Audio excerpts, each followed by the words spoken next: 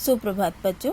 जैसा कि आपको पता है कि हमने कल सर्वेश्वर दयाल सक्सेना जी के जीवन परिचय के बारे में जाना था, जिनका जन्म उत्तर प्रदेश के बस्ती ज़िले में 1927 में हुआ था और इनका निधन हुआ था 1983 में।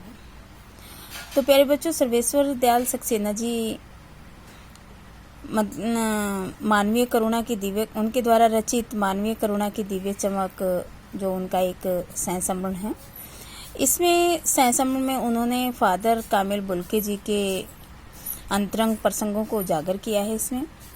इसमें उन्होंने बताया है कि फादर बुल्के मन से ही नहीं अपितु संकल्प से भी सन्यासी थे। फादर जो भी बुल्के थे वो कैसे उनका व्यक्तित्व कैसा था, साधुओं जैसा था, और मानवीय करुणा की दिव्य चमक उनका जो ये सहसंबंध है वो उसमें उन्होंने फादर कामिल बुल्के जी की स्मृतियों का वर्णन किया है। तो प्यारे बच्चों, आज हम इसके बारे में पढ़ेंगे कि फादर को जहरबाज से नहीं मरना चाहिए था। उनकी रंगों में दूसरों के लिए मिठास भरे अमृत के अतिरिक्त और कुछ नहीं था। उसके लिए इस जहर का विधान क्यों है, यह सवाल किस ईश्वर से पूछे। प्रभु की आस्था ही उनका अस्तित्व था। वह देह की इस यातना मतलब कष्ट की परीक्षा उम्र की आखिरी देहरी पर क्यों दे। देहरी तो आपको पता होगा, जिसे हम देहरी कहते हैं। एक लंबी पादरी के सफेद चोगे से ढकी आकृति सामने है। गोरा रंग, सफेद छाई मारती, बुरी दाढ़ी, नीली आंखें, बाहें, गोल गले का लगाने को आते।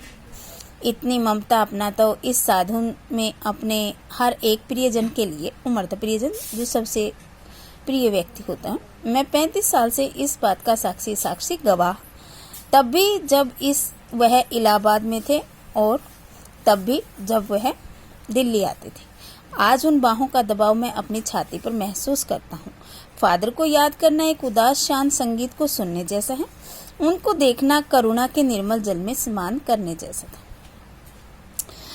उनसे बात करना कर्म के संकल्प से भरना था। मुझे परिमल के वो दिन याद आते हैं जब हम एक पारिवारिक रिश्ते में बंधे जैसे जिसके बड़े फादर बुल्के थे।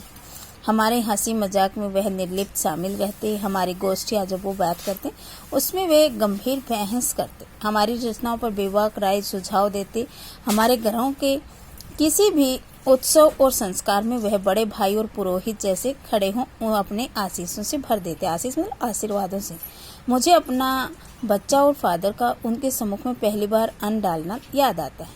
नीली आंखों की चमक में तैरता वात्सल्य प्यार भी जैसे किसी ऊंचाई पर देवदारू की छाया के समान खड़ा।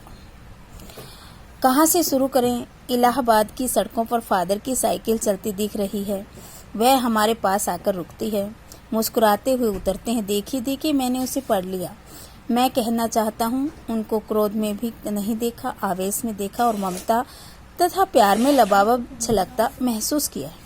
अक्सर उन्हें देखकर लगता है कि बेल्जियम में इंजीनियरिंग के अंतिम वर्ष में पहुंचकर उनके मन में सन्यासी बनने की इच्छा कैसे जाग गई, जबकि घर भरा पूरा था। 2 भाई, 1 बहन, माँ, पिता सभी।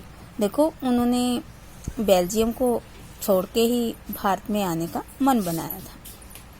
तो प्यारे बच्चों, ये उनके मन की करुणा का प्रेम था। तो ये लेसन आपने अच्छे से पढ़ना भी है और इसको अच्छे से ध्यान से इसके कठिन शब्दों को याद भी करना है। तो धन्यवाद। Have a nice day.